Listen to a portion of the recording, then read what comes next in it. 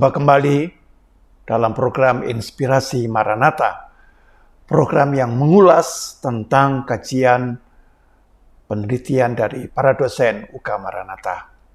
Nah, pada kesempatan ini kita akan membahas satu topik yang menarik tentang pola seni yang ada di Sumba, dan kita akan mengawali lebih dahulu dengan doa. Mari kita berdoa. Bapak Surgawi yang Maha Baik, kami datang kepadamu mengucap syukur atas kemurahan Tuhan, sehingga pada kesempatan ini kami dapat kembali masuk di dalam program Inspirasi Maranatha. Tuhan memberkati percakapan kami. Kami serahkan percakapan ini dalam kemurahan Tuhan. Dalam nama Tuhan Yesus kami berdoa. Amin.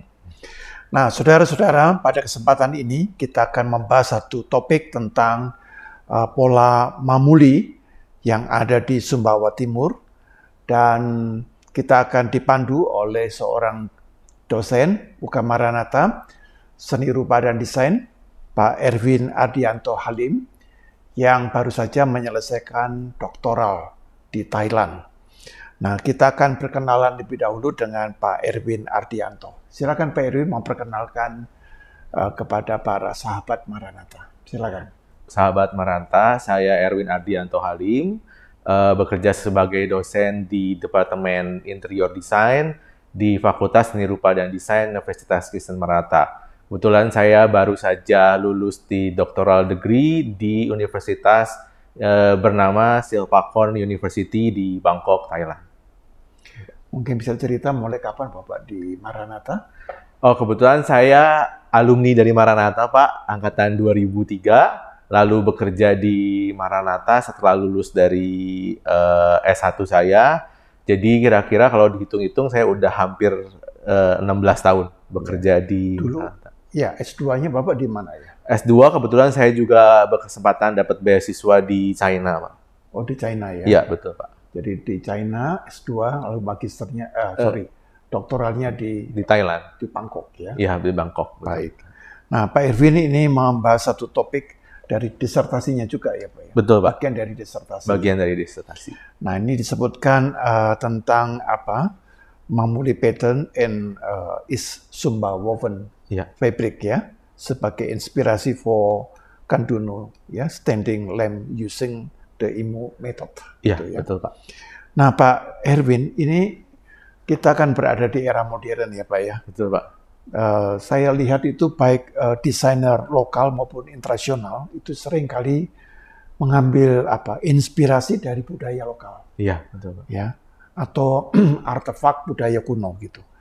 Itu satu kecenderungan yang menarik ya. Pertanyaan saya tuh gini, apakah bisa dijelaskan ya motifnya ya, kecenderungan orang ini kenapa ya untuk memperoleh satu inspirasi itu lalu mengambilnya dari budaya lokal atau dari artefak budaya kuno. Apa yang menjadi dasar pemikirannya itu Pak Erwin? Ya, oke Pak. Mungkin pertama saya juga ini judul ini bagian dari disertasi. Disertasi saya mamuli itu bagian dari satu pattern yang ada di Sumba. Woven fabric Sumba khususnya. Tapi untuk produk-produk yang lain saya juga ada motif-motif lain. Nah, menarik sekali Pak pertanyaannya yang nomor satu. Memang kecenderungannya itu sekarang desainer dalam negeri dan luar negeri banyak mengangkat lokal nih sebagai inspirasi. Betul. Karena tanpa dipungkiri tradisional lokal kita itu sangat-sangat memiliki ciri khas yang berbeda di setiap negara. Apalagi Southeast Asia ya Pak. Southeast Asia, negara-negara Southeast Asia itu sangat kaya dengan budaya culture-nya maupun bahkan makanannya, culture-nya. Jadi menurut saya sih itu yang mendasari para desainer menggunakan inspirasi budaya lokal, sehingga produk yang dihasilkan yang udah modern itu yang mereka rancang itu mempunyai nilai tambah supaya orang bisa membelinya atau orang bisa lebih mengapresiasi karya modern yang terinspirasi dari artefak kuno atau enggak lokal budaya negara masing-masing. Itu kalau sisi lainnya yang pasti untuk warisan budaya ya Pak, mewarisi warisan budaya karena seperti Bapak bilang dunia digital sangat-sangat digital, sangat menggunakan teknologi sehingga benda lokal ini mungkin aja nanti akan hilang, semuanya digitalisasikan.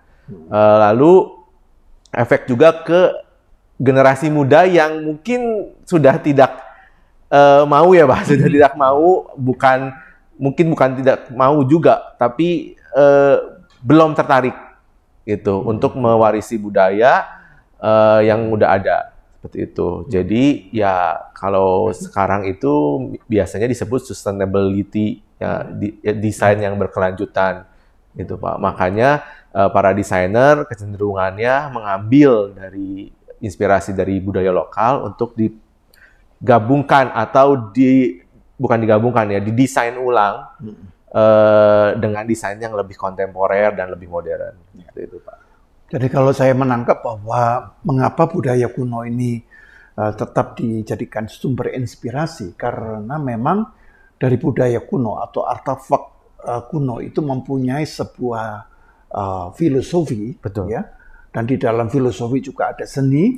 Dan di dalam seni juga ada sebuah nilai, ya value itu. Dan mereka angkat bahwa kekayaan ini sangat berharga dan bisa dipakai ke semua pergantian waktu dan zaman, begitu ya. Jadi dianggapnya warisan ini mempunyai nilai keabadian. Iya, betul sekali. Nilai apa? Everlasting. Everlasting, ya. Dan pada sisi yang lain juga disadari bahwa kalau ini tidak diangkat, maka generasi muda yang sudah biasa dengan teknologi dan dunia digital, maka mereka akan mengalami satu kondisi terputus. Iya, betul sekali. Kalau itu nanti terputus, maka orang ini akan kehilangan, atau manusia yang ada di dalam komunitas ini akan kehilangan jati diri mereka. Iya, begitu. betul. Jadi mengangkat satu budaya kuno atau artefak itu dalam rangka justru melihat adanya sebuah kesinambungan, ya. Sebuah kontinuitas, tetapi di dalam kontinuitas itu mereka juga merancang dengan satu pemikiran yang lebih kreatif, betul, Pak. Tanpa menghilangkan warisan yang ada. Warisan. Apakah filosofinya begitu yang dimaksudkan begitu, Pak? Betul sekali, Pak. Jadi memang ya itu karena artefak itu mempunyai ciri khas dan filosofi dan makna yang mendalam dari komunitasnya ya Pak, yang dihasilkan, terutama yang saya buat ini adalah Sumba. Ya itu yang menjadi kecenderungan untuk para desainer luar dan dalam negeri untuk menjadikan artefak sebagai inspirasi. Ya. Seperti itu. Nah itu saya melihat bahwa ada satu ketajaman yang Bapak sampaikan, yang ulas di jurnal itu. Iya. Sehingga saya bertanya mengenai hal begini ya. Ini Bapak kan memilih Sumba Timur gitu ya Pak? Iya, betul Pak. Nah, padahal Pak Erwin ini kan tinggal di Bandung gitu kan. Iya. Lalu yang menjadi latar belakang itu apa gitu, sehingga Pak Erwin melihat ini Sumba yang jauh dari kota Bandung bisa menjadi satu dasar untuk dijadikan penelitian menggunakan pola mamuli dari kain tenun Sumba Timur gitu ya. Nah tentunya Bapak punya alasan pemilihan dan dasar pemikirannya apa itu Pak? Jadi dasar pemikirannya sih Pak, untuk saya memilih Sumba Timur sebagai inspirasi atau filosofi dalam disertasi saya ini, yang pertama karena Sumba itu sekarang sudah menjadi destinasi favorit baik dalam maupun luar negeri turis ya Pak, terutama turis dalam dan luar negeri. Lalu komunitas Sumba Timur ini hanya memiliki kain tenun saja sebagai artefaknya. Jadi saya berpikiran bahwa ini sangat menarik dan sangat saya punya kewajiban gitu ya Pak, berpikir punya kewajiban, saya harus mengembangkan pattern atau artefak kuno dari Sumba Timur ini ke bentuk yang lain gitu. Jadi karena basic saya di interior, jadi saya berkeputusan mengambil untuk ke aksesoris interior. Kebetulan yang karya yang saya ini adalah lampu. Seperti itu Pak. Jadi yang ketiga ya perlu diangkat ya Pak, karena budaya Sumba ini mungkin belum banyak yang membahasnya gitu. Ya kalau Bali sudah banyak gitu. Kebetulan kalau Sumba Timur itu masih belum. Jadi saya pikir ini jadi saya dapat memberikan kontribusi lah Pak kepada Indonesia dan kebetulan kepada Sumba Timur. Jadi Bapak dalam hal ini pernah ke sana juga ya? Iya Pak, betul. Jadi berapa lama Pak Erwin mengadakan penelitian di Sumba Timur? Mengadakan penelitian ke Sumba Timur itu sebenarnya saya banyaknya juga lewat bertanya sih Pak ke desainer, terutama desainer fashion, terus ke teman-teman yang memang kolektor kain seperti itu, terus lebih kepada literatur review gitunya banyaknya Pak. Jadi kalau untuk sebelum ini saya juga pernah menulis juga tentang Sumba, tapi dimasukkan ke aplikasi seperti itu. Jadi ya sekitar sudah hampir 1 tahun. Kalau sama S3 ini sih mungkin jadi 4 tahun sih Pak. Seperti wow, itu. Cukup panjang ya? Iya, cukup panjang.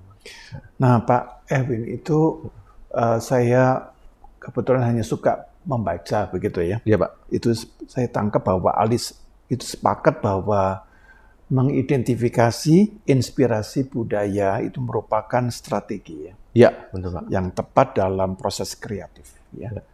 Yang mengarah pada produksi produk dari kontemporer. Ya. Nah, tapi juga disadari bagaimana supaya desainer yang melakukan itu ya, itu tidak hanya cenderung meniru ya, artefak ini, karena mereka hanya ganti-ganti sedikit ya meniru, memoles lah begitu ya. Nah, artinya dibutuhkan satu proses kreatif dan inovasi baru. Nah, pertanyaan saya, kalau saya tangkap dari Pak Erwin yang berjiwa seni gitu ya, kira-kira proses kreatif dan inovasi baru itu yang bagaimana? Supaya kita pun juga tidak sekedar membuat satu tiruan, tetapi ada satu proses kreatif yang benar-benar kreatif, ada sesuatu yang baru. Ya. Dia tidak sekedar hanya mengulang apa yang ada. Itu kira-kira bagaimana Pak? Ya, ini tantangan yang cukup besar, dan pertanyaan ini juga yang disampaikan oleh para penguji saya dan profesor pada saat saya mau presentasikan tugas disertasi saya ini. Jadi strategi saya di sini adalah untuk tetap menjaga orisinalitas dan menjaga tidak memplagiasi gitu ya Pak bahasanya, kalau dari pattern yang sudah ada, dari pattern yang sudah kuno. Jadi saya menggunakan 3 teknik di sini. Jadi teknik ini menggunakan etnomatematik, terus yang kedua menggunakan folding paper system, sama yang ketiga menggunakan IMOE itu method. IMOE method. Kalau yang IOMO itu sebenarnya untuk menerjemahkan saja dari yang tradisional ke yang modern. Jadi saya rasa itu sih yang diperlukan oleh semua desainer atau bahkan mahasiswa-mahasiswa sekarang. Kita harus punya satu alat sih Pak. Gitu. Beberapa alat yang kita gunakan untuk membedah semuanya.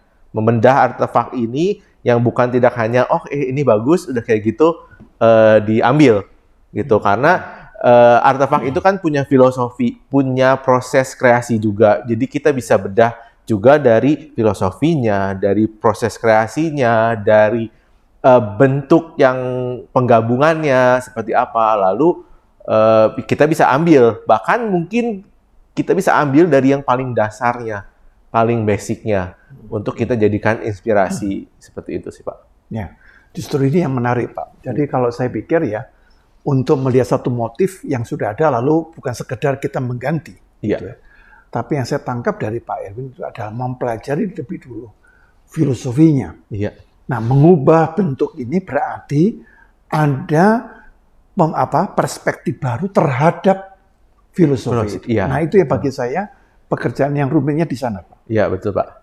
Itu kalau Bapak tangkap nanti perspektif baru yang Bapak kerjakan dengan melihat dari kain Sumba Timur itu apa, Pak? Kira-kira yang perspektif barunya? Nah, selain dari filosofi yang ada ya Pak dari pattern Sumba itu, saya melihat bahwa mereka itu berpikir secara matematis sebenarnya.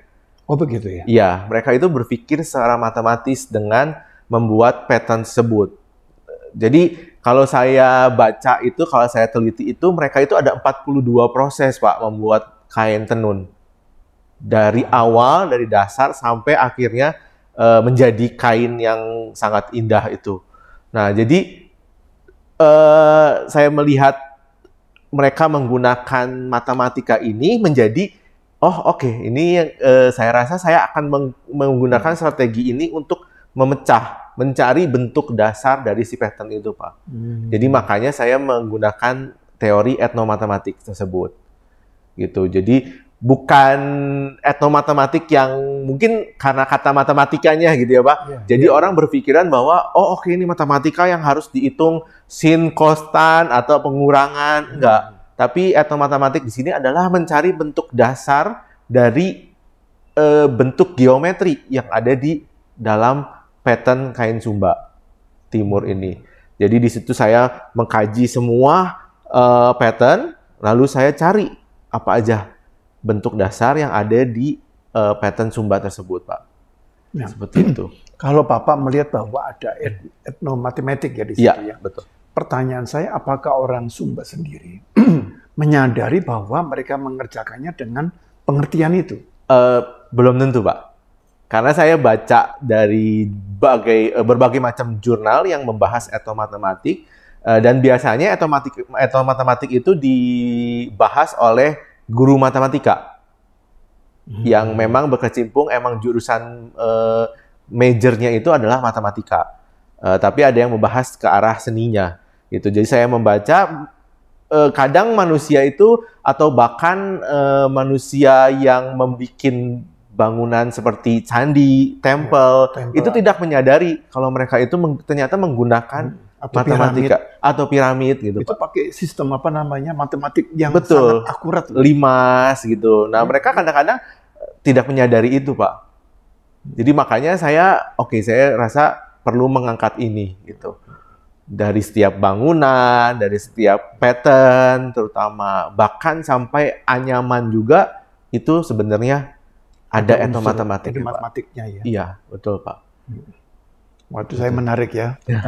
Bagi yang suka matematika juga dalam pengertian bukan matematika itu sendiri ya. Iya. Tapi cara berpikir. Cara berpikirnya Pak. Jadi ternyata etnomatematik itu adalah menggabungkan budaya dan matematika. Ya, kata etno itu ya. Iya, etno itu dengan matematik tadi. Iya, betul. Jadi bukan yang hitung harus mendapatkan jumlah yang pasti, tapi cara berpikir matematika itu ya ternyata memang mereka gunakan tanpa disadari gitu Pak. Jangan-jangan yang Bapak teliti itu juga di dalam motifnya kain dari Thailand ya. Ya betul itu Pak. Itu juga mengandung unsur itu juga ya. Betul Pak. Bahkan kemarin saya baru meneliti lagi di gambar mahasiswa Pak. Maksudnya? Jadi kita mengetes mahasiswa menggambar mahasiswa Thailand dan mahasiswa Indonesia. Dikasih cerita tentang Ramayana. Karena kan Thailand punya Ramakin, kita punya Ramayana. Kita kasih cerita, mereka gambar. Bebas, tanpa melihat yang ada di internet gitu ya Pak. Mereka menggambar, akhirnya kita analisis dengan etnomatik. Ternyata mereka menggunakan etnomatik juga. Dua-duanya. Iya, tanpa disadarin mereka. Tanpa disadarin mereka, kita menemukan segitiga, bahkan untuk figur-figur orang, rata-rata pasti badannya segitiga, Pak. Seperti itu. Jadi kita menganalisis itu tanpa disadarin. Karena kan pada saat mereka menggambar, mungkin mereka hanya berkonsentrasi kepada, saya mencapainya ya gambar figur ini, suasananya seperti ini. Seperti itu. Ya. Saya kira menarik ya untuk atau jangan-jangan bahwa Tuhan ini mengaruniakan kepada manusia satu struktur berpikir yang seperti itu. Betul, Pak. Dan itu merupakan cermin dari konsep semesta itu. Iya, betul. Karena semesta kan juga pakai model yang mau tidak mau bersifat matematik juga. Iya, bersifat matematik juga. Nah, Pak Erwin, mungkin dalam hal ini saya ingin diperdalam lagi tentang etnomatematika yang diperkenalkan oleh tahun 77 ya, Iya, oleh De Ambrosio ya. De Ambrosio, betul. Nah, kira-kira model yang dikembangkan di dalam, mungkin ini kan bahasa teknis ya Pak ya, Iya. kata etnomatematik ya, tetapi mungkin Bapak bisa menjelaskan dengan lebih sederhana, sehingga orang bukan hanya sekedar menyadari, tapi dengan menyadari ini dia kemudian bisa memperjelas ya apa yang dia pikirkan yang tadi tidak sadar. Ya. Jadi kan ini ada satu hal yang muncul dari alam bawah sadar, lalu dari alam bawah sadar itu orang mencoba memperjelasnya dengan sesuatu yang lebih sadar, ya. Apakah pakai pengertian, pakai definisi, pakai rumus dan sebagainya. Ya. Kira-kira bagaimana Pak? Iya Pak. Jadi setelah saya mempelajari etnomatematik ini kan seperti yang awal saya bilang, jadi etnomatematik ini adalah irisan dari matematika dan budaya. Dan etnomatematik adalah studi matematika tapi dalam konteks budaya. Yang mencakup pemahaman, penalaran sama sistem matematika yang digunakan sih Pak. Nah, sebenarnya ada dua cabang sub dari etnomatematik, yaitu etnomatematik geometri sama etnomatematik garis. Itu Pak. Garis. Jadi etnomatematik geometri ini adalah yang saya gunakan di dalam disertasi saya ini. Jadi saya mencari bentuk-bentuk geometris dasar sekali, jadi bentuk-bentuk dasar banget, apa saja yang ada di dalam pattern Sumba. Seperti persegi panjang, bujur sangkar, belah ketupat, segitiga, lingkaran, seperti itu.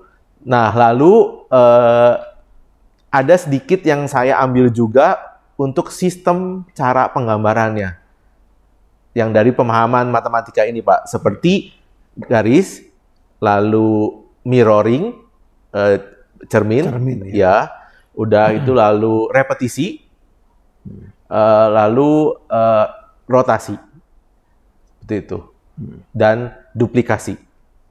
Jadi itu adalah dua cabang yang ada di etnomatematika dalam konteks budaya tersebut. Jadi kalau orang mungkin nggak sadar bahwa pada saat mereka berkarya, pada saat mereka membuat sketsa, atau pada saat mereka sedang berpikir ingin membuat sesuatu, ya sebenarnya mereka lagi menerapkan matematika itu dalam bentuk garis yang diulang sama mereka, garis yang dibentuk menjadi sebuah geometri, lalu geometri itu ditumpuk, diputar, direpetisi, di mirroring, lalu dapat lagi simetrikal atau diagonal atau segala macam.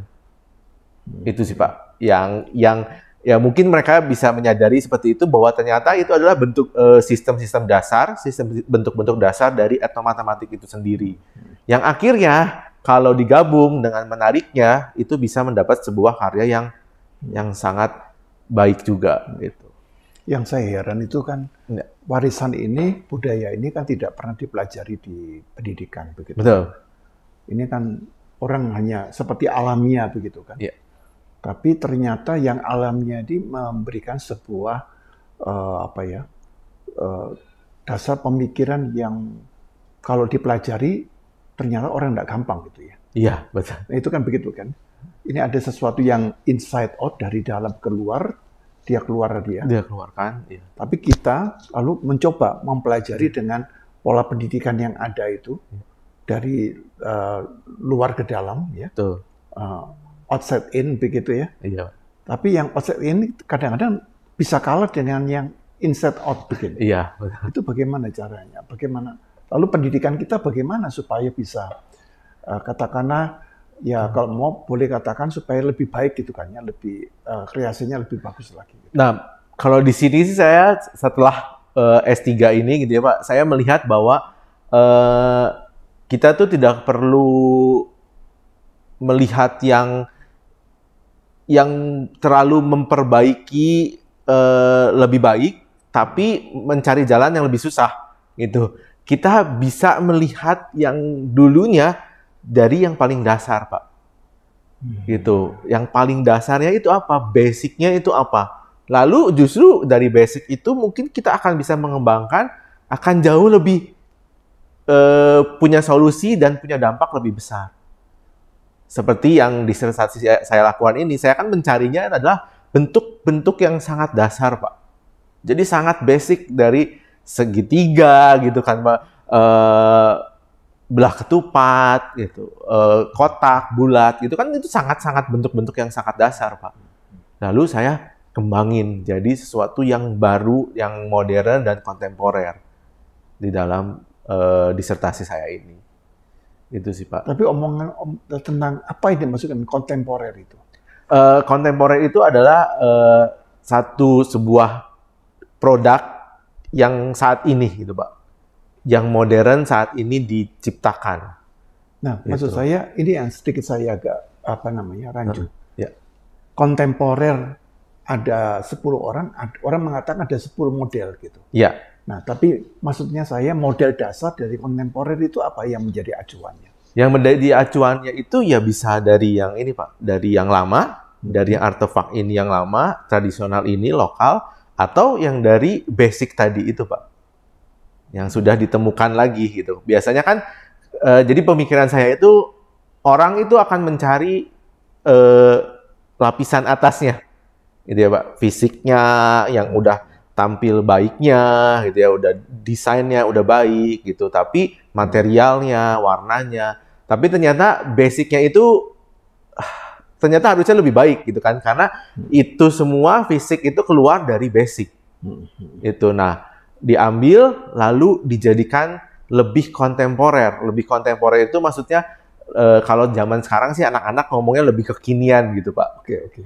Dengan material yang ada saat ini, dengan desain yang lagi in saat ini. Berarti gitu. berkaitan dengan sesuatu yang sifatnya kecenderungan saat ini. Betul, kecenderungan saat ini, yang disukai saat ini, gitu, Pak. Yang disukai saat ini. Iya, yang disukai saat ini. Gitu. Ya. Karena kata kontemporer itu bagi saya bisa luas tadi. Saya katakan ada 10 orang lalu menjelaskannya dari berbagai macam gitu kan. Ya. Padahal maksudnya kontemporer adalah kecenderungan, kekinian. yang disukai orang pada masa kini. Ya, betul, Pak. Begitu ya. Gitu. Nah, Pak, ini saya kira di sesi 1 ini Bapak sudah sangat mendalam dan kita akan melanjutkannya sesi kedua setelah kita mendengarkan informasi yang satu ini. Baik.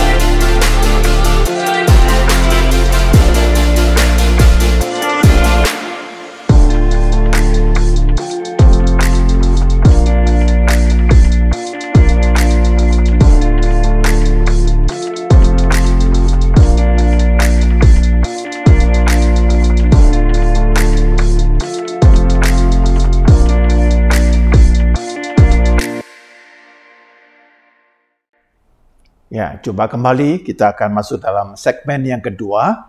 Kita masih bersama dengan Pak Erwin Ardianto Halim yang telah menyelesaikan satu studi doktoral dan kita masih berkaitan dengan pola Mamuli di Sumba Timur dan kita akan memperdalam ya percakapan kita ini ya. Baik. Menarik sekali. Nah, Pak Edwin, di pola seni di Indonesia ini dalam hal ini Sumba Timur Bapak sebutkan dipengaruhi oleh beberapa faktor. Iya, betul Pak. Ada lingkungan alam, flora, fauna, lalu ada unsur manusianya. Nah, lalu juga saya tertarik itu ya, ada motif-motifnya ya, ada motif mamuli, ayam, merpati, kuda, kura-kura, Betul Pak. buaya. Jadi seperti gambaran saya ini, seni itu berkaitan antara interaksi manusia dengan makhluk hidup, tapi juga dengan alam gini ya. Kalau saya gambarkan bahwa seni ini berkaitan dengan kesadaran manusia sebagai mikrokosmos yang berada di dalam satu makhluk kosmos begitu. Nah, apakah bisa Bapak jelaskan ya motif-motif yang dipengaruhi oleh beberapa faktor itu ya, mamuli, ayam, merpati, kuda, kura-kura, buaya, lalu juga ada di sana yang lebih luas, ada alam, flora, fauna, dan manusia. Ya. Bagaimana Pak? Ya, betul sekali Pak. Jadi ciri khas dari motif atau pattern yang ada di Sumba Timur itu memang semua dibikin karena kedekatan mereka dengan alam sekitar. Terutama bahkan juga dengan kegiatan mereka yang mereka lakukan di komunitas mereka sendiri, terutama di Sumba Timur sendiri. Nah, motif tersebut banyak sekali, memang ada mamuli, gitu kan, ada kuda, dan kuda itu memiliki makna yang sangat khusus buat mereka, Sumba, orang Sumba. Seperti karena mereka berpikiran bahwa yang meninggal itu Pak butuh sesuatu untuk dibawa, yaitu adalah kuda. Kuda ditunggangi akan membawa orang ini ke alam yang lebih baik setelah meninggal. Itu filosofi yang dari kuda ini. Kalau ada ayam, ayam itu hewan yang memiliki kekuatan magis bagi mereka. Itu bulu-bulu ayam jantan dianggap memiliki kekuatan untuk menolak bahaya, menolak bala, segala macam. Lalu memayungi arwah seseorang yang menuju ke alam selanjutnya. Itu dari filosofi dari ayam. Ada juga ular. Ular ini sangat berhubungan dengan manusia, yaitu simbol dari sifat kesombongan, keangkuhan, atau sifat dari watak manusia lah Pak, yang berbelat belit, suka marah, pendendam seperti itu disimbolkan oleh ular. Lalu ada udang. Udang itu diartikan dengan lambang kesatuan dan persaudaraan buat Sumba Timur. Ada lagi yang lain ya, manusia itu sendiri juga digambarkan di dalam pattern. Udah gitu mamuli itu adalah sebuah motif yang sangat dianggap sangat sakral, juga dipakai untuk seserahan pada saat perkawinan. Lalu juga dibilang itu adalah simbol dari intim dari wanita.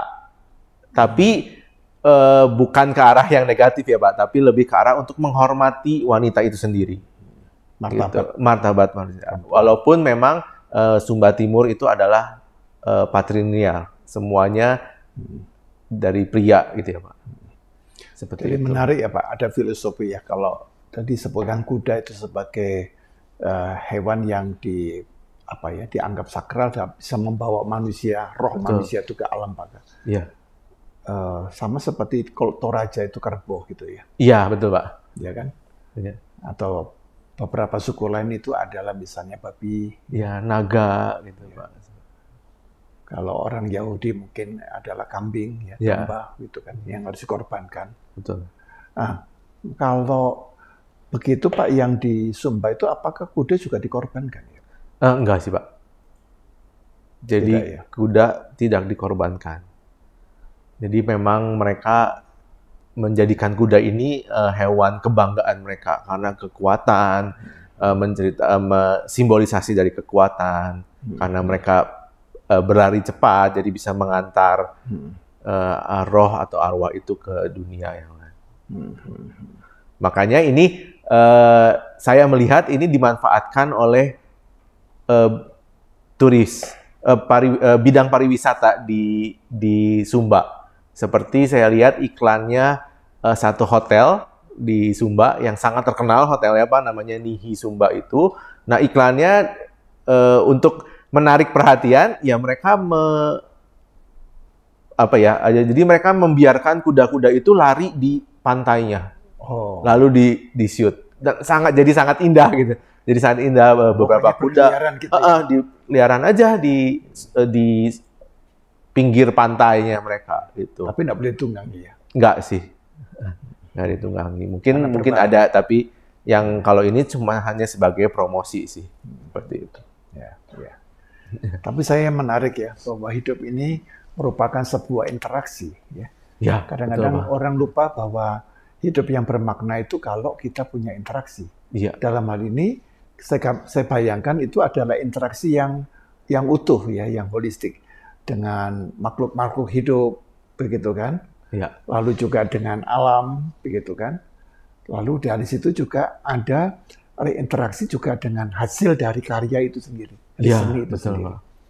Jadi berkesinambungan ya Pak, filosofi manusia, lalu dengan alam, hewan, lalu dengan karyanya, gitu. Lalu di situ lahir biasanya kepercayaan. Betul, lahir kepercayaan, lahir warisan budaya, kan Pak, seperti yang kain Sumba ini. Gitu. Kalau Pak Erwin melihat ya dalam khususnya pola Mamuli ya, dan tenun di Sumba Timur, lalu motif Mamuli kan dianggap sangat sakral ya Pak. Ya, betul, Pak. Nah, di mana pola Mamuli dan tenun itu digunakan sebagai mas kawin, ya, sebagai penghormatan kepada perempuan dan juga Bapak catat rekonsiliasi perempuan dan laki-laki. Nah, kira-kira ini konsep budaya yang merupakan filosofi ya Pak ya, yang ditarikan seni. Pertanyaan saya ini agak sedikit melenceng dikit, tapi maksudnya apakah dalam hidup sehari-hari pengaruh penghargaan kepada perempuan itu juga diwujudkan ya? Ini kan ada sudah filosofi, lalu ada seni. Ya harusnya kan untuk menjadi sebuah tindakan konkret atau praktis itu kan lebih gampang. Nah pertanyaannya apakah kondisi itu memang terjadi ataukah masih perlu diperjuangkan? Oh, menurut saya sih saat ini sih mungkin masih perlu diperjuangkan karena kadang-kadang ya di kita ini perempuan masih dianggap tidak setara gitu kan Pak. Tapi saya lihat sih untuk saat ini untuk kedepannya sih sudah mulai adanya penghargaan terhadap wanita gitu ya Pak. Dari segi mereka bekerja, posisi segala macam itu menurut saya saat ini sih sudah mulai dianggap setara gitu Pak. Jadi ya tapi masih tetap harus lebih diperbaiki lah Pak, karena kan memang ya seperti yang tadi kita bicarakan ya Pak, karena semua itu adalah interaksi ya Pak. Perempuan juga punya peran yang besar di dalam kehidupan, di dalam keluarga atau segala macam, itu juga dalam hidup kita, orang tua kita, ibu kita gitu kan mempunyai peranan yang besar juga gitu. Kemajuan dunia ini, kemajuan di keluarga, kemajuan mungkin di tempat kerja, itu pasti ada wanitanya gitu. Karena kan seperti yang orang-orang bilang ya Pak, di balik pria yang sukses ada wanita yang membantu gitu kan, seperti di agama kita juga kan seperti itu ya Pak ya, di Kristen bahwa wanita itu adalah penopang gitu kan bagi prianya gitu, seperti itu. Yang menarik itu adalah bahwa justru dalam kekristenan perempuan itu sebagai media yang dalam diri Maria sebagai media menghadirkan Sang Mesias yaitu Kristus. Iya, betul Jadi sekali. itu agak lebih lain lagi ya. Lebih lain Perempuan ini karena itu gereja ataupun masyarakat itu perlu juga mempunyai satu figur perempuan dalam pengertian misalnya jangan dalam hidup sehari-hari menampilkan sosok yang maskulin. Iya. Jadi perlu juga menampilkan sosok yang feminim. Feminim bukan pengertian perempuan ya, tapi unsur feminim itu harus ada. Gitu. Ya, betul. Sehingga ketika maskulin dan feminim ini bisa bersinergi dengan baik, maka kehidupan ini akan lebih harmonis. Gitu. Ya, jadi bukan sekedar masalah kesetaraan, tapi unsur atau spirit feminim ini harus ada. Iya. Dan saya kira seni itu juga sangat kuat dalam nilai Betul, yang ada unsur feminimnya, ada unsur lembutnya. Gitu. Iya, betul Pak. Karena kalau di seni atau di desain, kalau unsur maskulin saja yang ditonjolkan, ya desain itu akan jadi sangat berat gitu ya Pak kalau dilihat. Kaku. Atau enggak terlihat kaku gitu. Justru dengan adanya sifat yang feminim, ya itu akan mengimbangi sifat yang kaku ini dan dari segi keindahan, estetikanya akan jauh lebih baik lagi gitu. Apabila ada unsur feminim. Dan saya kira ini sangat penting bahwa seni itu justru bukan ingin memfemininkan maskulin, bukan, tetapi dia ingin menampilkan dalam satu gambaran yang feminim itu nilai keindahan. Iya, betul. Ya, jadi saya bisa menarik bahwa bukan berarti pria tidak ada keindahannya, tapi biasanya keindahan ini sangat berkaitan dengan unsur feminim begitu. Ya. Ya. Karena dalam feminim ini keindahan itu diejawantakan secara kreatif sehingga nilai keindahan itu sendiri pada dirinya bersifat original. Iya, betul. Begitu. Nah, Pak, saya sangat senang ya membaca jurnalnya Bapak ini ya. Iya, Pak. Jadi walaupun saya bukan orang yang berkecimpung di sana, tapi saya menikmati gitu. Dan saya belajar banyak dari, tapi juga tertarik gitu ya. Bapak mengembangkan metode IMOE ya, bacanya itu IMOE atau apa ini ya. Ini saya yakin ini satu akronim atau singkatan. Iya, betul Pak. Nah, silakan Bapak bisa bantu ya supaya kita pun walaupun enggak sekolah, enggak kuliah desain ini, ngerti itu apa itu metode IMOE itu ya. Iya. Jadi pertama ini sebenarnya metode ini yang ada di jurnal atau sudah ada terdahulunya itu adalah IMO saja Pak. Oh, biasanya IMOE. Iya, IMO aja gitu. IMO. Atau disebutnya IMO gitu. Tapi saya menggunakan di sini lalu saya menemukan bahwa ternyata IMO ini tidak cukup. Kurang lengkap ya. Kurang lengkap. Akhirnya saya menambahkan E yang artinya adalah experience. Jadi I-nya itu apa itu? I-nya adalah inner. Inner ya, Iya, bagian adalah M-nya itu adalah middle. And O-nya itu adalah outer. Outer yang bagian luar. Bagian luar.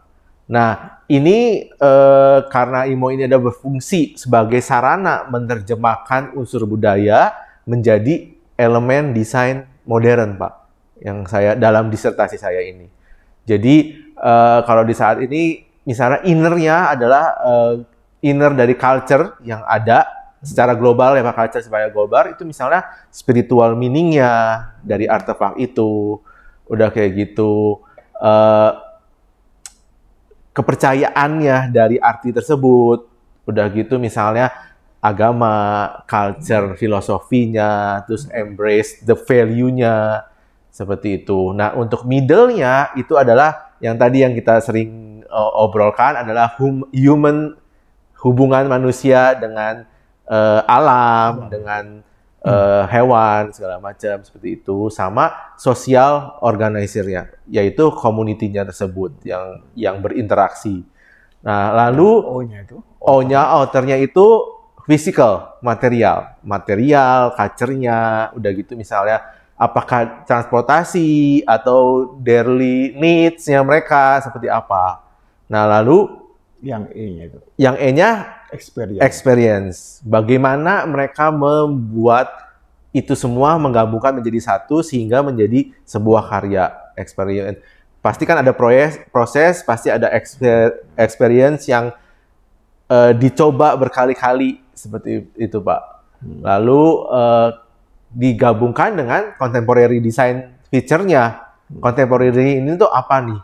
Kayak misalnya inner-nya ya berarti spesial kontennya, fungsi dari si benda itu, karya itu mau jadi apa, terus artinya, meaning-nya. Udah gitu kalau di middle-nya ya pasti fungsinya, utility-nya, sama operation aspeknya gitu loh, Pak. Lalu outernya ya udah pasti materialnya mau pakai apa, warnanya seperti apa, udah gitu bentuknya seperti apa. Itu lalu setelah itu digabungkan dari dengan EI ini, lalu kita bisa tuh menentukan lebih spesifik. Oke, mau pakai material seperti apa yang lebih spesifiknya. Karena kan kadang-kadang material yang dari culture itu belum tentu bisa kita temuin lagi kan, Pak. Jadi oke, ini yang contemporary ini kita bisa pakai apa nih yang lebih diinginkan dari pasar, dari yang ada saat ini, yang disukai saat ini, gitu. Lalu ya udah itu kita gabungkan menjadi satu semuanya, tapi tanpa melupakan maksud dari si artefak yang tradisi ini. Mau tidak mau kalau yang experience berarti kan ada unsur subjektif terhadap IMO tadi ya. Iya, betul, terhadap Pak. innernya, terhadap middle-nya, terhadap outer-nya. Betul. Berarti aspek subjektifnya tetap masuk ya, tetap ada. Tetap ada, dari desainer tetap ada. Karena kan desainer juga butuh memasukkan ciri khas desainer itu ke dalam karyanya mereka kan, Pak. Dan experience itu menurut saya membantu sekali. Jadi experience satu benda lagi, bentuk aja kan bisa dieksperimen macam-macam. Kebetulan disertasi ini saya mencari bentuk, lalu untuk mencari bentuk 3 dimensinya, saya menggunakan sistem folding paper system. Apa itu, Pak? Jadi folding paper system itu yang kertas yang dilipat-lipat, kalau Jepangnya sih origami. Oh iya, origami. Iya, tapi saya tidak serumit origami, tapi saya lebih ke folding, di-cut atau di folding seperti itu. Karena kadang artefak ini yang pattern Sumba ini kan 2 dimensi, Pak. Saya kan harus membentuknya menjadi karya yang 3 dimensi. Nah, yang 3 dimensi ini gimana sih caranya setelah menemukan si Aimo ini, kebutuhan dasarnya, materialnya, bentuknya yang harus apa saja yang harus ada, apa saja yang tidak harus ada, lalu dibentuk 3 dimensinya itu menggunakan sistem folding paper ini. Dilipat, digunting setengah, udah gitu dilipatnya setengah, dilipatnya 1/4, seperti itu. Nah, lalu didukung juga yang tadi etnomatematik dengan sistemnya di mirror, di rotret, di repetisi. Nah, sehingga akhirnya membentuk sebuah shape baru, bentuk baru yang kontemporer dan tapi tetap memiliki ciri khas dari desainernya. Kalau untuk persyaratan disertasi di samping pakai folding paper tadi, ya, apakah juga harus digambarkan secara digital juga? Betul.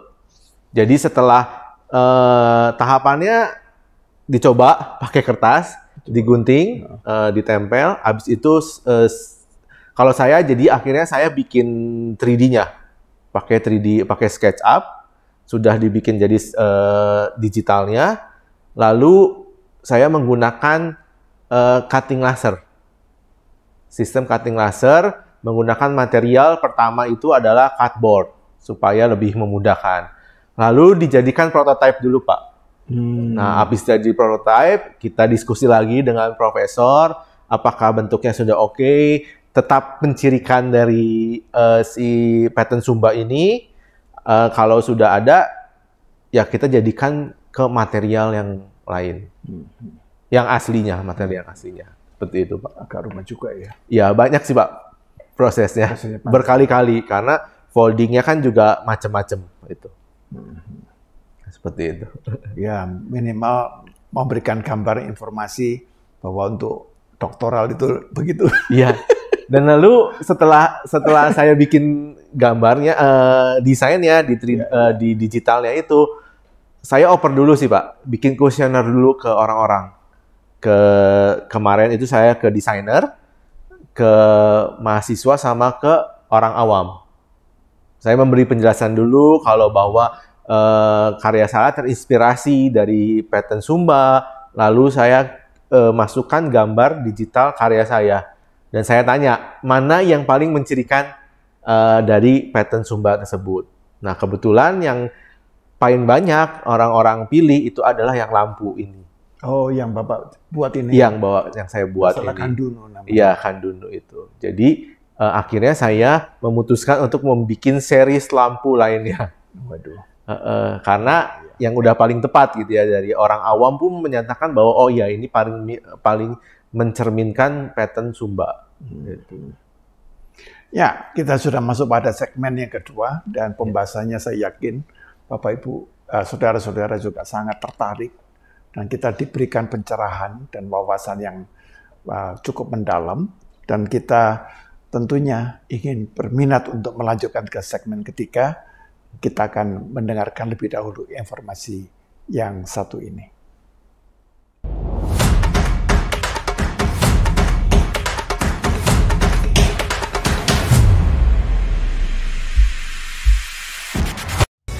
Bapak, Ibu, dan Saudara sekalian, jangan lupa saksikan Inspirasi Maranatha setiap hari Senin pukul 7 malam di platform YouTube Universitas Kristen Maranatha dan juga bisa diakses platform YouTube iStream Studio. Bapak Ibu Saudara sekalian, jangan lupa juga saksikan Ice Podcast dengan host kita, Bapak Pendeta Hariman di platform YouTube Maranatha iStream Studio setiap hari Selasa pukul 7 malam. Teman-teman mahasiswa, Bapak, Ibu, dan rekan-rekan, mari sama-sama kita merenungkan firman Tuhan setiap harinya. Dan renungan dapat disaksikan di Instagram bpk.maranatha dan platform YouTube iStream Studio. Untuk teman-teman mahasiswa, rekan-rekan, saudara, dan Bapak Ibu yang rindu melayani, Bapak Ibu bisa mendaftarkan diri melalui nomor WhatsApp yang tertera di layar ataupun melalui QR Code yang tertera di layar. Kami mengucapkan selamat ulang tahun untuk Bapak Ibu yang berulang tahun di bulan ini ataupun di minggu ini. Kiranya Tuhan memberikan sukacita, berkat yang melimpah, serta damai sejahtera yang daripada Tuhan. Kami juga mengajak Bapak Ibu dan Saudara yang memiliki keinginan untuk pelayanan di bidang suara, Bapak Ibu dan Saudara bisa ikut latihan Serafim Choir setiap hari Selasa pukul 4:30 sore di Studio Serafim BWM lantai 1. Jangan lupa untuk hadir kembali ya di Maranatha Fellowship minggu depan di tempat dan jam yang sama. Mari Bapak Ibu dan Saudara, kita membangun iman kita tidak hanya melalui renungan dan ibadah, tetapi juga sharing dengan sesama melalui program Cell Group. Apabila ada hal yang ingin ditanyakan, dapat menghubungi nomor WhatsApp di bawah ini, atau bisa juga langsung datang ke Badan Pelayanan Kerohanian di GAP lantai 2. Sekian pengumuman Maranatha Fellowship minggu ini. Sampai berjumpa kembali di Maranatha Fellowship selanjutnya. Selamat beraktivitas, Tuhan Yesus memberkati.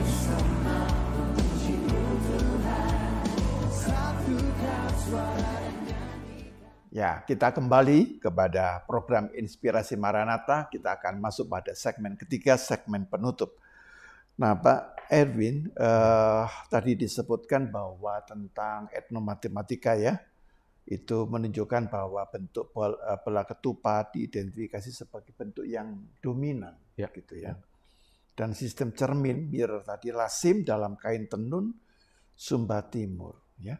Kira-kira kalau ini sayangnya bentuknya penjelasan, apakah bisa ada sedikit gambaran gitu ya, bentuk bola ketupat yang bagaimana yang Bapak masukkan yang cukup dominan itu? Yang cukup dominan itu bola ketupat yang lebih memanjang gitu Pak. Gimana ya, lebih ramping, bukan bola ketupat yang seperti bola ketupat untuk lebaran itu Pak. Itu ya? Bukan itu ya. Tapi yang lebih memanjang bola ketupatnya, seperti ini. Begitu ya. Ya. Itu filosofinya apa ya kalau bola ketupat yang memanjang? Kebetulan sih memang filosofi di dalam patternnya sih tidak ditemukan Pak. Untuk bola ketupat ini, tapi yang saya ketemukan kenapa bola ketupat ini selalu dia ulang Dia repetisi si bentuk dasar belah ketupat ini. Lalu dia kecilkan ke dalam, lalu dia kecilkan dia perbesar keluar gitu. Jadi memang kalau filosofi dari pattern-nya itu adalah nama si arti dan simbolisasi dari si pattern-nya. Tapi kalau bentuknya ternyata mereka pakai belah ketupat yang lebih banyak, gitu Pak. Kalau saya sebagai pengamat itu saya perhatikan banyak kain batik itu pakai banyak belah ketupat juga ya. Iya. Seperti kalau saya lihat di Jogja. Karena memang belah ketupat sih kalau saya perkirakan karena memang yang paling memungkinkan untuk direpetisi banyak. Dan paling banyak bisa dimodifikasi dan digabungkan ke atas, ke bawah, terus dilipat gitu Pak. Paling memudahkan. Gitu. Baik. Nah, lalu saya tertarik ini Pak, ada namanya pola hinggi ya Pak ya? Iya. Yang dirancang dengan cermat dengan pola-pola yang ditempatkan dalam pola yang harmonis ya. Lalu di sana disebutkan garis memainkan peran, membagi kain menjadi beberapa bagian, lalu masing-masing ditujukan untuk pola kain tenun. Nah, silakan dalam hal ini Bapak bisa membantu menjelaskan bagaimana pola hinggi yang banyak memainkan peran garis itu. Ya, mungkin saya jelaskan dulu. Hinggi itu adalah salah satu kain dari sebutan untuk salah satu kain dari Sumba yang biasa dipakai oleh pria. Dan lalu biasa juga dipakai untuk upacara kematian, Pak. Kain hinggi itu namanya. Khusus untuk kematian. Iya, untuk kematian. Untuk pria. Ya? Untuk pria dipakainya. Bentuknya sarung. Begitu. Bentuknya sarung, bentuknya bisa untuk ikat kepala, terus untuk yang selendang. Seperti itu. Nah, karena untuk pria, karena untuk acara pemakaman ini, itu rata-rata makanya peran garis, geometri garis itu menjadi sangat penting di pola-polanya mereka. Jadi makanya repetisi, berulang, pembentukan belah ketupat itu adalah dari si garis-garis itu sendiri.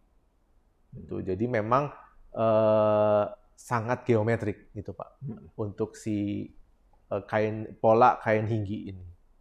Kalau hinggi untuk pria, lalu perempuannya pakai waktu kematian pakai pola apa? Enggak sih, mereka ada kain lagi sendiri sih Pak. Itu. Nah kalau motif dari hinggi itu warna yang dominannya apa itu? Warna dominan kalau mereka warna alam sih tetap Pak, merah, terus biru, warna dari kayak matahari lagi terbenam, matahari lagi terbit, warna oker gitu-gitu sih. Kalau saya sedikit bandingan, kalau orang Tionghoa itu kalau meninggal kan cenderungnya warna putih. Iya, betul. Gitu kan.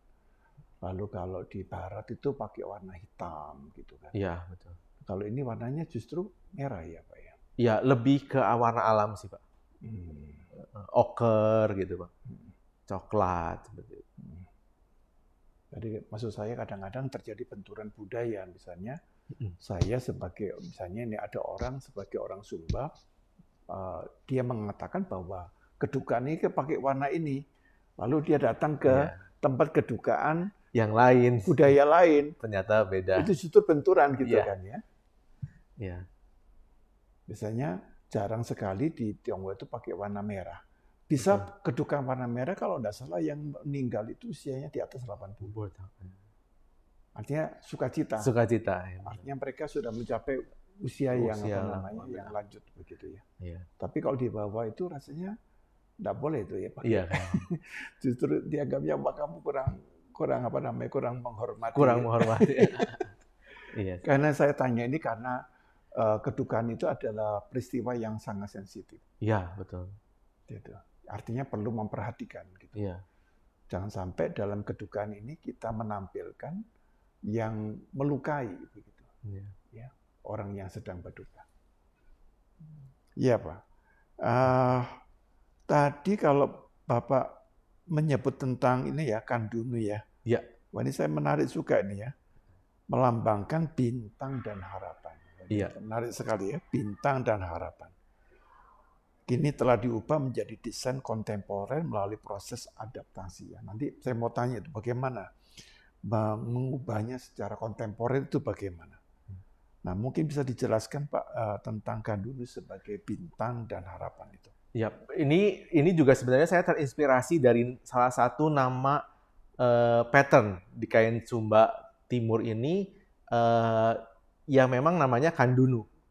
Dan memang filosofinya adalah bintang dan ya bintang bercahaya seperti itu. Dan lalu saya kaitkan dengan karya saya yang Kandunu Standing Lamp ini karena memang ini karya yang menurut saya karya desain pertama saya yang sangat-sangat mencirikan dari si pattern Sumba tersebut.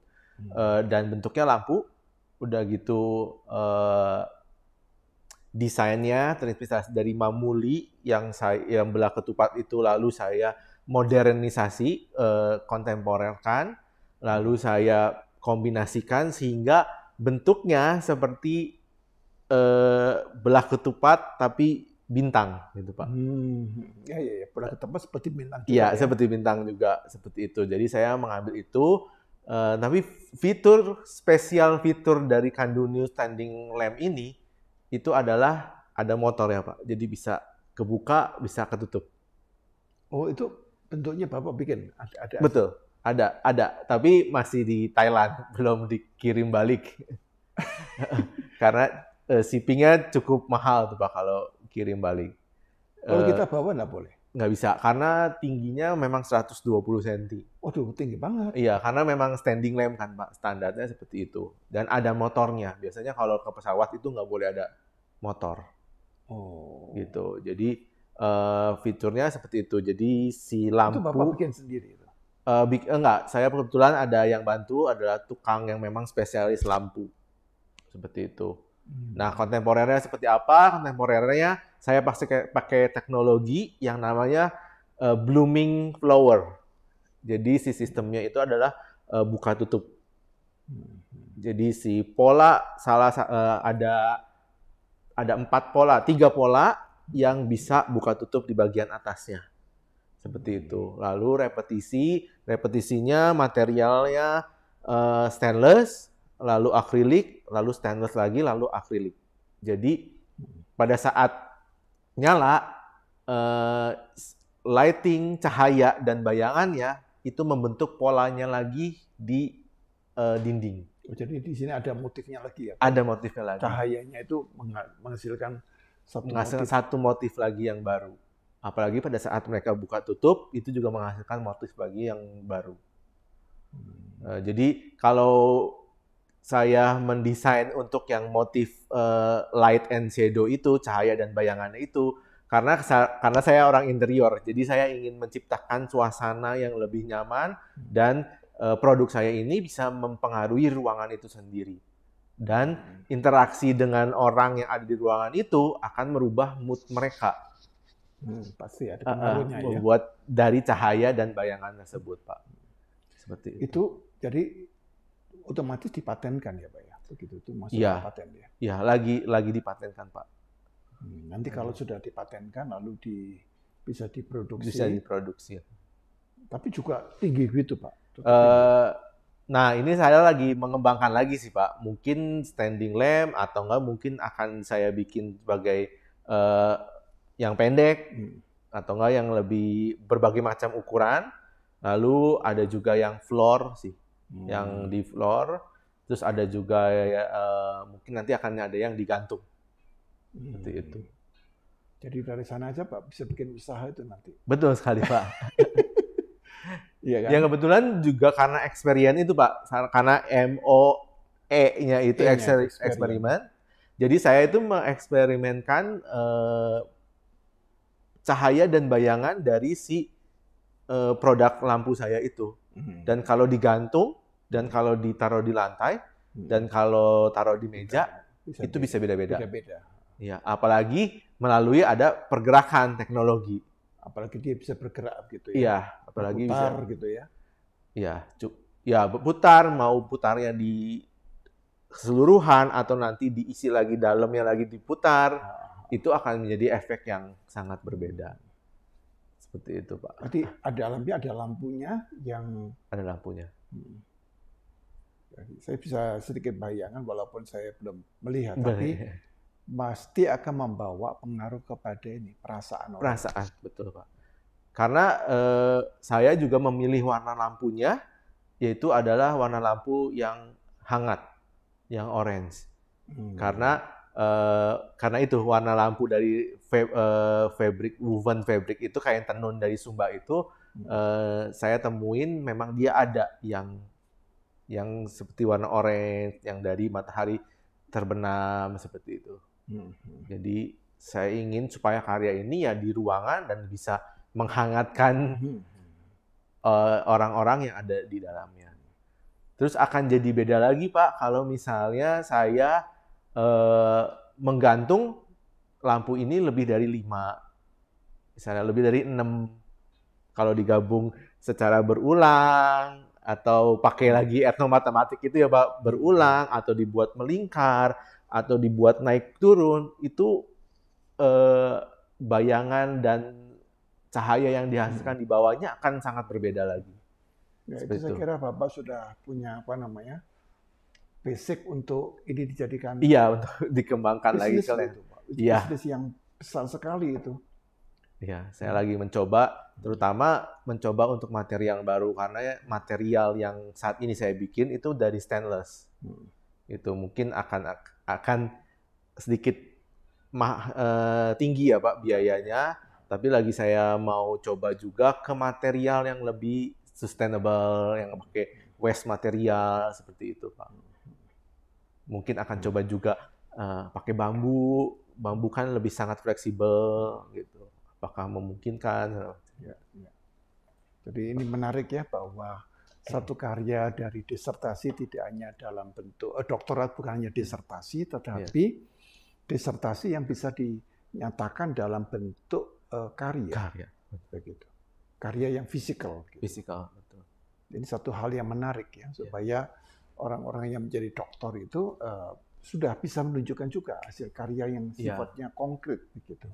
Dan juga membantu untuk mewariskan budaya Indonesia itu sendiri kan Pak. Gitu. Jadi nanti harus berbicara kepada ketua adat Sumba Timur itu, bahwa Pak Irwin merasa berutang budi kepada mereka. Iya, betul. Dan juga pada sisi yang lain saya juga ingin menyumbangkan kepada Sumba satu warisan seperti ini. Iya, betul Pak. Kebetulan kemarin juga saya sebenarnya produknya nggak lampu aja, ada satu kursi sih Pak. Cuman itu memang perlu waktu yang lebih lama untuk mendalaminya. Karena kursi itu kan kalau pattern terlalu banyak, untuk kursi kan jadi fungsinya rada berkurang ya Pak gitu. Untuk orang bisa duduk di sana gitu. Jadi memang perlu didalami lebih jauh kalau untuk yang kursi. Jadi kursi dibuat nanti pada ketua adatnya. Iya. Atau pada orang yang dianggap seorang pemimpin. Iya, betul, pemimpin. Kalau dalam keluarga boleh dikatakan ini kursi ayah. Iya. Bisa. Menarik Pak, sangat menarik bahwa culture kita Indonesia itu sangat-sangat bisa diterapkan di berbagai macam karya seni sih sebenarnya. Nanti tapi hanya persoalan kalau ada kursi ayah harus dibuatkan kursi. Iya, itu aja sih Pak. Maskulin dan femininnya. Iya. Supaya tapi maksudnya dari filosofi itu mengatakan kepada anak-anak bagaimana makna dari menghormati orang tua. Iya, betul. Ya, saya kira maksudnya ke sana, bukan hanya kepada satu status, tapi kepada pemaknaan yang lebih dalam lagi. Nah, Pak Irwin, kita sudah di penghujung percakapan dan saya menarik sekali ya. Dan Bapak bisa menyampaikan kepada kita semua closing statement-nya. Ya, terima kasih Pak Yohanes. Closing statement saya sebenarnya saya mau mengatakan bahwa jangan kecil hati, jangan tidak bangga dengan budaya yang ada di Indonesia, terutama mungkin dari daerah kita, dari kota kita. Kalau Anda ke luar negeri, maka budaya itu yang akan menjadikan senjata Anda untuk lebih dihargai oleh orang. untuk lebih dilihat, untuk lebih menjadi kekuatan Anda, apalagi di sekolah, menjadikan topik budaya Indonesia itu akan sangat menguntungkan Anda sendiri. Dan juga jangan lupa hal-hal yang basic itu bisa menjadi hal yang justru lebih besar daripada yang terlihat dari luar. Itu Pak.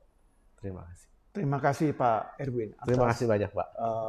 Karyanya dan juga selamat untuk doktoral Terima kasih yang banyak. sudah ditempuhnya. Dan saya berharap ini ada karya-karya besar yang menanti yang dapat digarap.